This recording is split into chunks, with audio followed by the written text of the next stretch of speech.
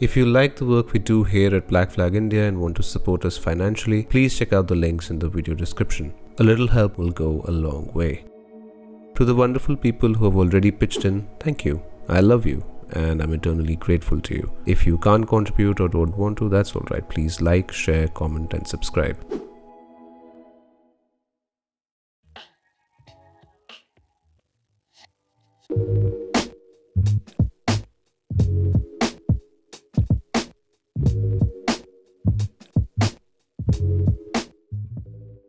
Obviously, sir, India's economy has not been doing well for a while now, even before the pandemic. But one thing that has sort of given some people joy and even pride in this time is the burgeoning foreign exchange reserves. Now, in a recent article with Professor Jayati Ghosh that you'd written in April, I think, you'd said that the foreign exchange reserves do not represent a strength, but rather a very serious weakness. And obviously, even before you've cautioned against celebrating these growing foreign exchange reserves, I just want to ask you, why do you think that this is a big weakness for our country? Firstly, one way in which you can accumulate foreign exchange reserves is, of course, you happen to be an economy which is running a current account surplus, which means that your annual expenditure of foreign exchange is less than what you earn, or which you receive through means like remittances or, income from investments abroad or whatever it may be. So if you have a current account surplus, you're basically saying that you're earning excess foreign exchange relative to your foreign exchange expenditure. And this would obviously show up because finally the balance of payments must balance. So it would show up in terms of a change in your reserve position. Okay, it would accumulate in terms of foreign exchange reserves. Now the thing is, in itself, this need not be a good thing because if you have a current account surplus, it in part suggests that in a macroeconomic sense, that you are actually saving more than you invest.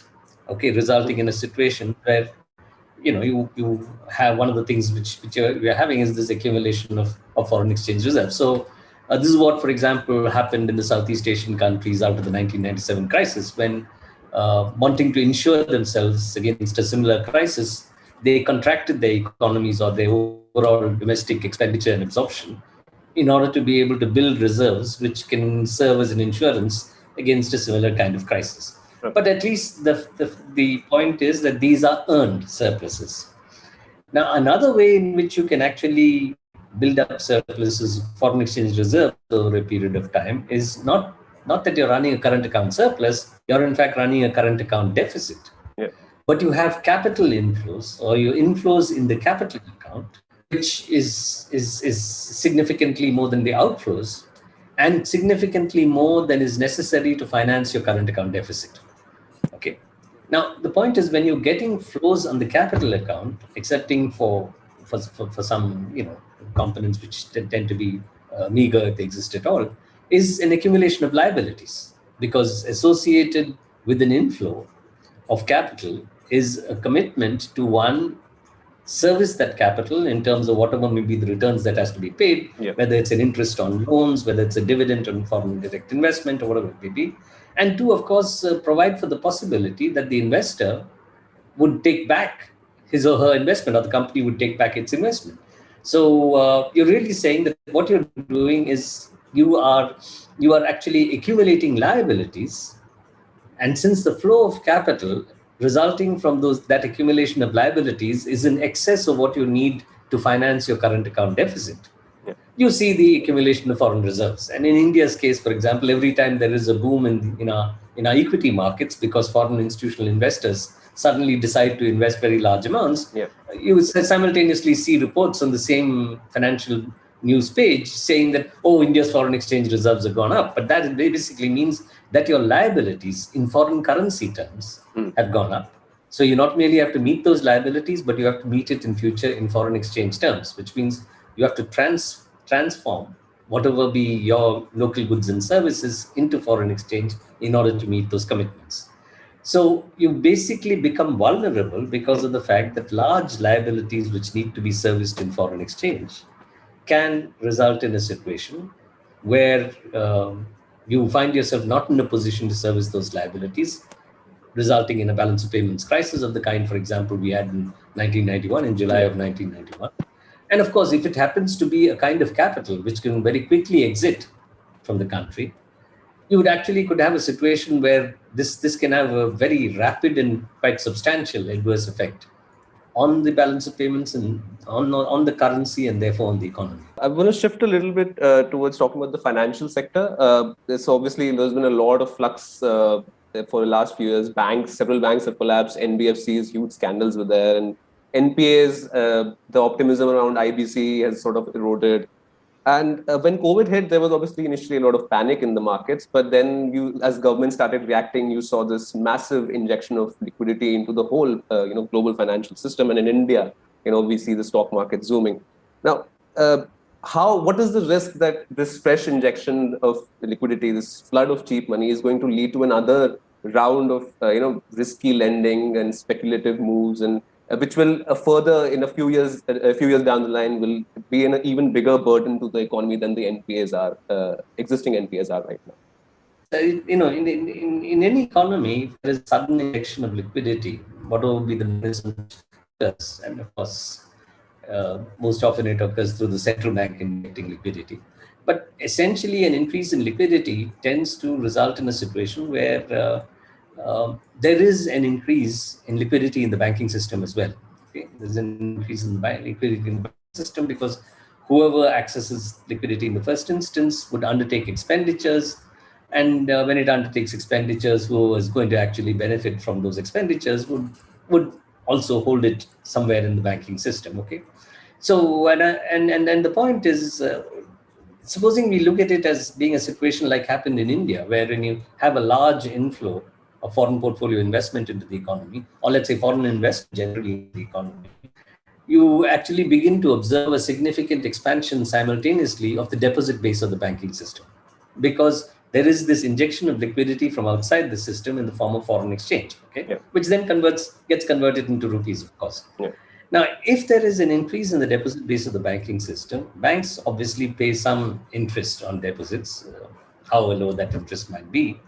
And so you're in a situation where banks would then have to, keep that money moving. They would need to lend or undertake investments so that they get a return.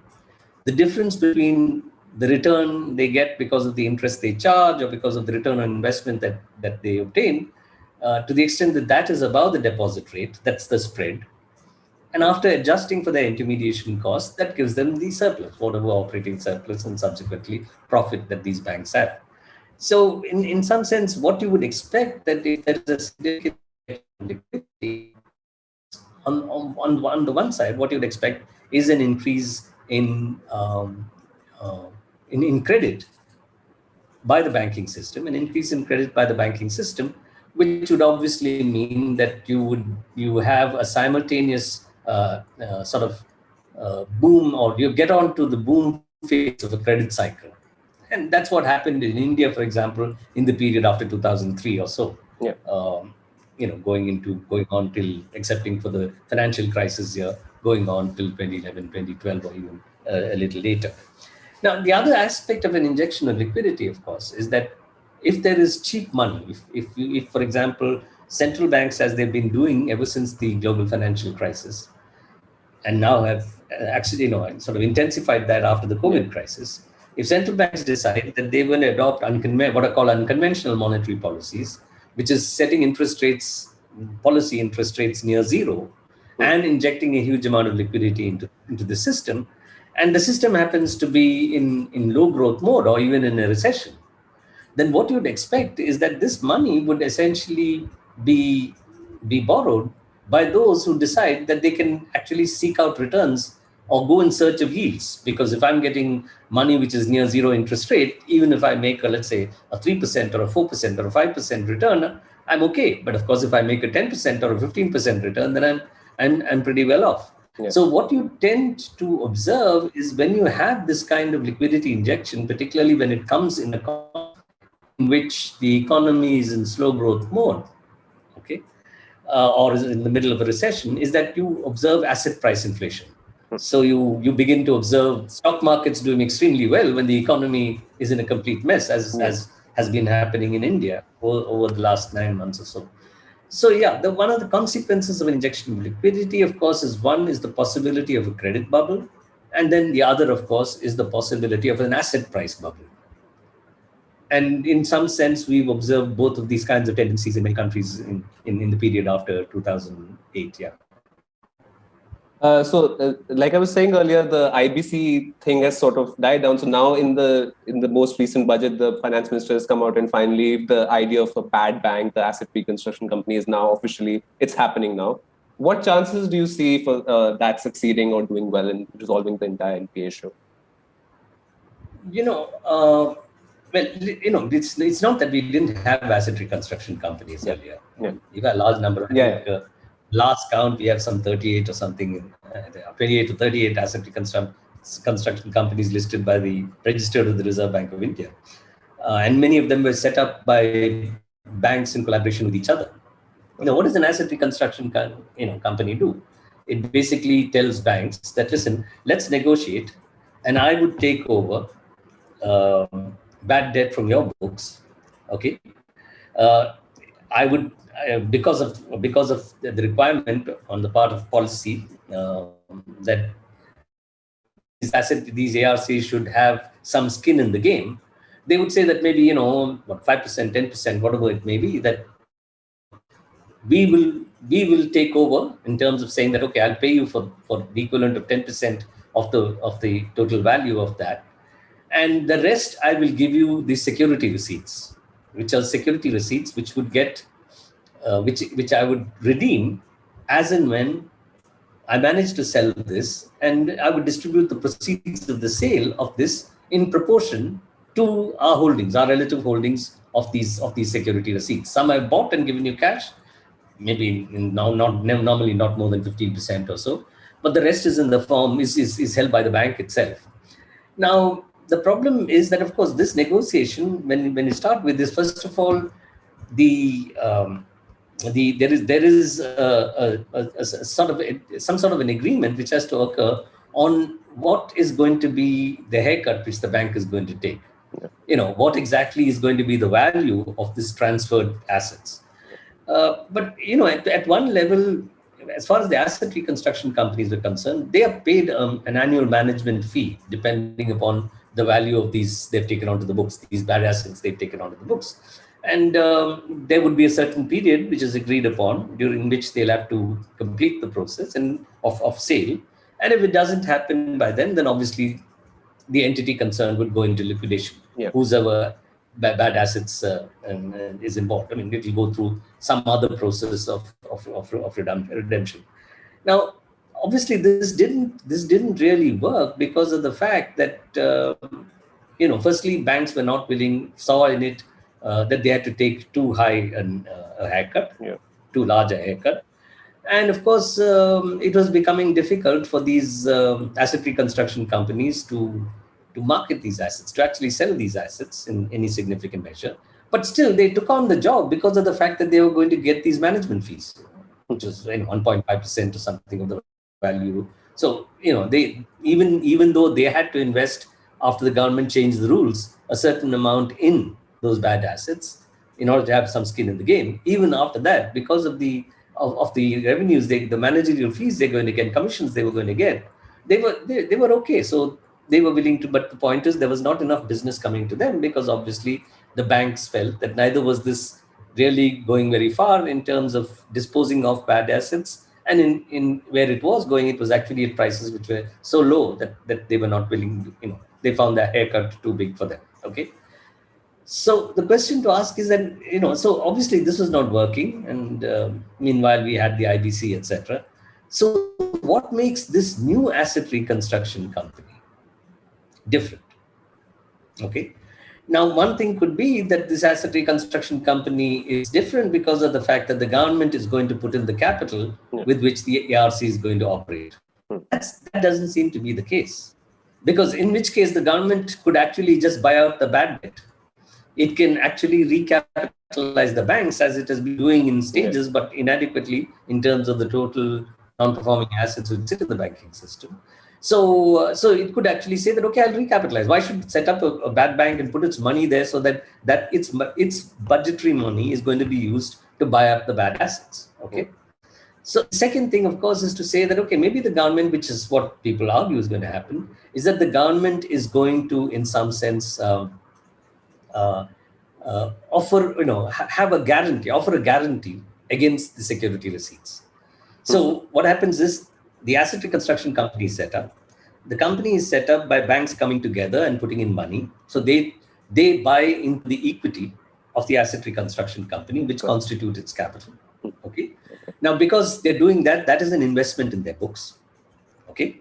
Then what they do is that they tell this asset reconstruction company, okay, here, take these bad assets. Now, if the asset reconstruction company takes these bad assets and, let's say, pays for 15% of them, of whatever be the value has been decided, and gives another 85% in terms of security receipts, those security receipts still have to be provided for, because they're not yet converted into actual redemption, and they're actual recoveries. So if they're not converted, you have to provide for the fact that possibly they're going to be lost. So if the government is going to guarantee those security receipts, what you are in some sense saying is that then the bank can say that, listen, these are government guaranteed receipts. So they are as good as guilt. So I don't need to provide for them, because it's a kind of an asset which I'm holding, because in case I cannot recover, then the government would possibly come and itself actually take over those assets because of the fact that it's offered me a guarantee. Now, we don't know exactly what's going to be the system, because the details haven't been released as yet. But if it's going to be something like this, what you're really doing is kicking the can down the road. Yeah. That you're basically saying that you're not going to treat NPS. What happened is that between, let's say, around about 2007 or 8 or 9 and going on till 2015, you were accumulating non-performing assets, but you were not showing them as non-performing assets because it went into a restructuring process. Yeah. And once restructured, it was considered a standard asset. Till the RBI under Raghuram Rajan changed the asset quality recognition guidelines. Yeah. And suddenly you saw to 2015 onwards a sudden increase in the volume of non-performing assets over a 2-year period. That's because of the fact that you're basically recognizing what were bad assets as bad assets, which you had not done, because you were basically treating them as restructured but standard assets. Okay. Yeah. So therefore, in essence, what you were trying to do by bringing in the IBC and so on and so forth is, one, recognize your bad assets and then try to find a way to recover as much as possible, so that the provisions which are made, and to the extent that provisions have to be made, that is a loss in the books of the bank. It erodes their capital, and they have to be recapitalized, they have to be recapitalized by the government to the extent that they are public sector banks. Okay.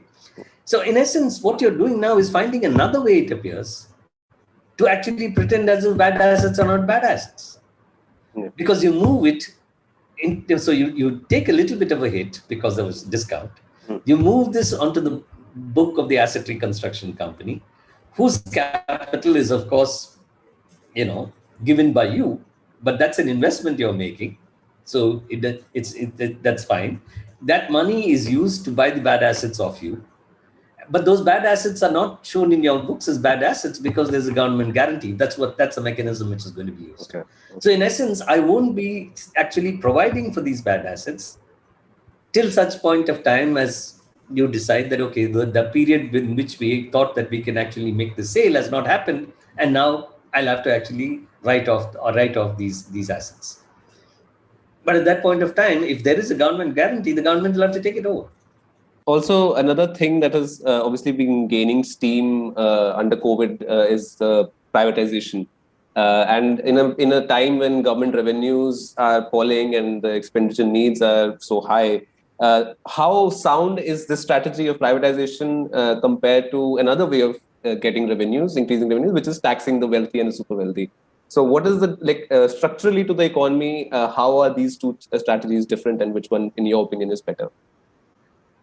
No, well, you see, the point is, if a government chooses that not to go in for a more lenient tax regime, it opts for a shift in its indirect tax regime to a GST regime, which even though now is showing slightly, the moment we cross 1 lakh, 1 lakh crore a month, yeah. They say that, it's very good. But then, you can't say 1 lakh crore, 1 lakh crore, 1 lakh crore. That means you're not going very far in terms of your revenues are supposed to rise over a period of time. Yeah. So if your fiscal reform, so-called fiscal reform, results in a situation where you have a lenient direct tax regime and an indirect tax regime, which is resulting in a loss in revenues relative to a trajectory on which you might have been if you didn't shift to a GST regime, then obviously one way in which you try to handle this is you go and borrow to cover your expenditures, which you're not able to cover with your tax revenues. But then you don't want to do that, because the other aspect of your whole fiscal strategy under the so-called neoliberal reform is really one of saying that, listen, I'm going to tie my own hands, and you did that with the FRBM Act. Yeah. So after 2003, even though you haven't achieved your targets and you shifted the goalposts off and on, but you definitely are on a trajectory in which you're putting a lid on the size of your fiscal deficit. And even when it goes up significantly like last year, that's because revenues collapse. It's not because of the fact that expenditures increase. So if your revenues are undermined because of the fact that you moved to a tax regime which is revenue eroding, and if you are committed to actually a fiscal conservatism of a high order, then the only way in which you can resolve the problem would be, the second way in which you can resolve the problem is to say that, okay, I won't spend. Okay. However, to the extent that you have to spend because of the fact that there are commitments which you cannot not avoid. But you cannot but avoid those. Not avoid those commitments. But also because of the fact that maybe an election is coming and you want to spend a little bit, or some kind of a crisis has occurred, you want to spend a little bit, etc. In such circumstances, you either will have to go back on your fiscal conservatism and go and borrow, or you then say that, listen, I'm going to sell assets which I have. And first it was disinvestment. Then it became privatization. Now privatization, even in reference to banks, etc., is being used quite openly. It's no more just disinvestment. And then, of course, now we have monetization of public assets. So you go in search of the surplus lands which you have lying around, buildings which you are not using, whatever it may be, and you try and sell all of this in order to be able to get a certain amount of revenue to finance these expenditures. So in some sense, what you're saying is that having opted for a tax regime which is revenue eroding and wanting to stick to my fiscal conservatism, the way I'm planning to not borrow is to finance whatever expenditures I'm going to undertake, which of course I try to rein in. I finance it through sale of assets. Okay. Now just look at this. Supposing you are a private investor. Okay, and you say that, okay, I want to invest in some assets which the government is putting on offer. Now you can invest in bonds which the government put on offer. Okay, so if you invest in a government bond, that's a gilt-edged security. It's got a sovereign guarantee, but you might get, let's say, whatever, 5.5%, 6%, 6.5%, something like that is the interest rate you get. The other option is you say that the government is also selling some of its productive assets. It's going for privatization of some of its public sector enterprises. Now, if you're going to go in and buy into a public sector enterprise, now what are you going to be thinking of? You're going to say that, listen, first of all, I'm going to take over this public sector enterprise, which obviously the government says it's going to sell because of the fact it's not doing well. I'm going to actually buy into this public sector enterprise and take on the risk of managing it, of facing up to the environment in terms of future demand, etc., which has to be conducive for me to make a profit. So in essence, what you're saying is I'm taking on a huge amount of risk. If I go to a bond, it's like zero risk. If I go in for buying into a privatization offer, then I'm taking on significant risk. And I would also possibly, in some of those where it isn't the 100% sale in equity, I would actually have an interfering government sitting on my board.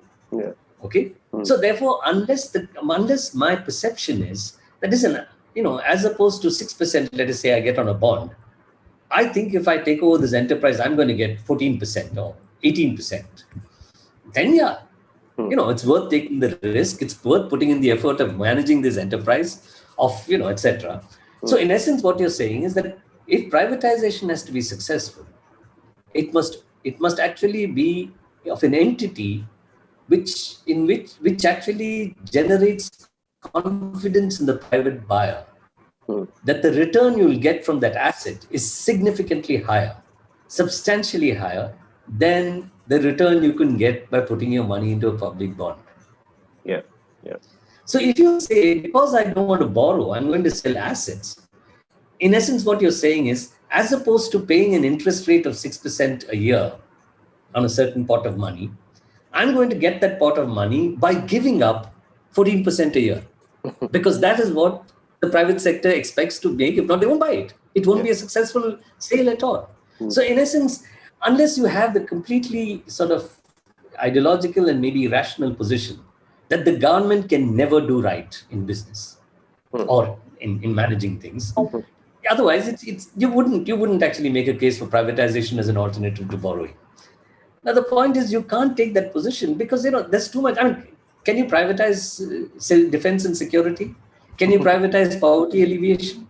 There are certain things which you cannot privatize, and the government, we hope, can do it well, and some governments do it well also. Yeah. So therefore, this is the if you look at it logically, this whole process is irrational.